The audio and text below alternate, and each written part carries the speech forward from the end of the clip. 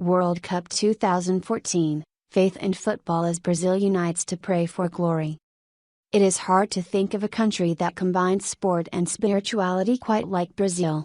Neymar may be out of the World Cup, but Brazil has kept the faith. Brazil still believes. With coach Luis Felipe Scolari not able to rely on an individual to drive the Selecao to the final in Rio on Sunday, the nation is looking to a higher power. Brazil is embracing a blend of religion, emotion and superstition. And that is as true of the 200 million people of this vast, varied country, as it is of the national team.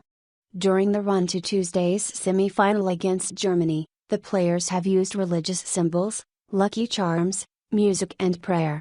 It is often said that, in Brazil, football is a religion, but it is a much more complicated picture than that.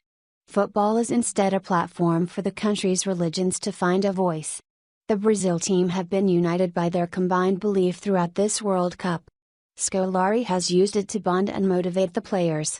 Before the victory over Colombia, he visited a chapel in the grounds of the team hotel in Fortaleza. In the dressing room before the match, the squad repeated the Lord's Prayer. And at the final whistle, defender David Luiz sank to his knees and prayed again. My faith in Jesus gives me strength to keep on going out onto the field and to do my best, he says. But I also want to inspire others, that is what God inspires me to do. For me, true life is found in the relationship with Jesus Christ. I believe that everything in life belongs to God and He has a clear plan for us if we follow Him. There are two clear faiths within the team, the Catholics and the Evangelicals. Unlike past World Cups, where the players prayed separately, in Brazil the squad have come together to pray. They have found unity. Luiz and Neymar are among the Evangelicals, as are Fernandinho and Fred. Neymar may be injured, but the striker's faith remains unequivocal. His trademark celebration is a simple finger pointed to the sky with an upward glance. He met the mother of his child through the church and donates 10% of his vast earnings to a charity called Athletes for Christ. As a child, he wore a headband that read 100% Jesus and went to church in São Vicente. After he was ruled out of the tournament, his actress girlfriend Bruna Marquezine wrote a message on Instagram, quoting from the Bible.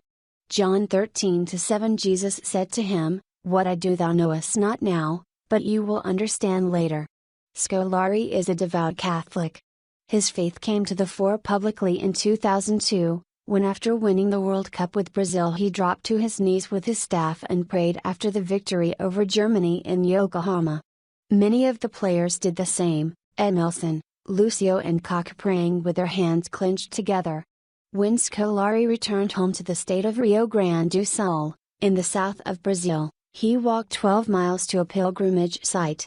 He is known to place statues of Our Lady of Caravaggio and Our Lady of Fatima, a 20th century tradition of a reported appearance of the Virgin Mary in a Portuguese village, in the dressing room.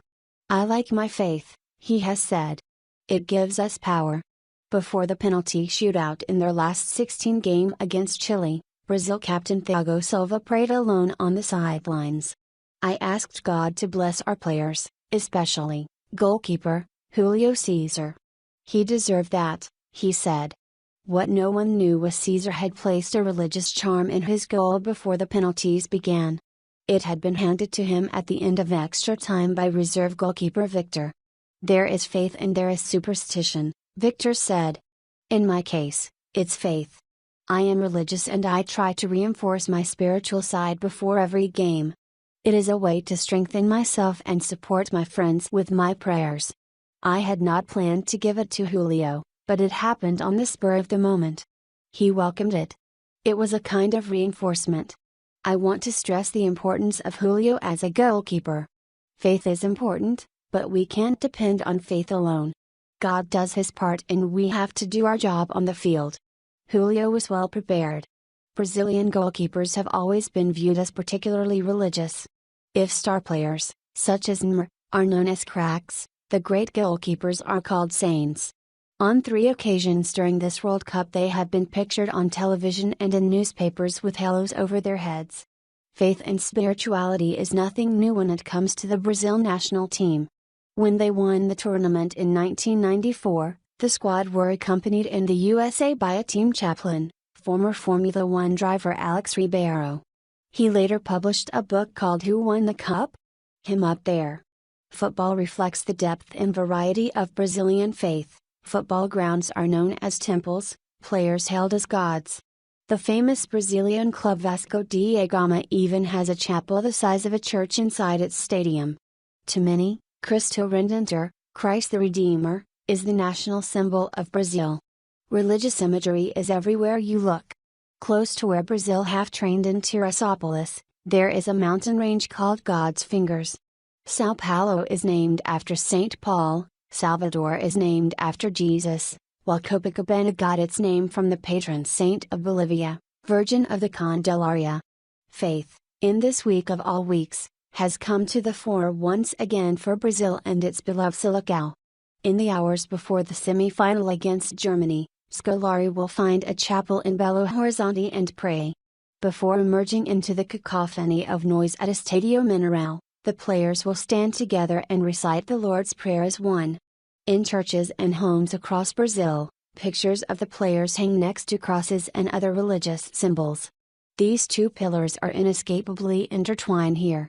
Brazil's footballers, and the wider population, believe it is their destiny to win the World Cup in the City of God on 13 July.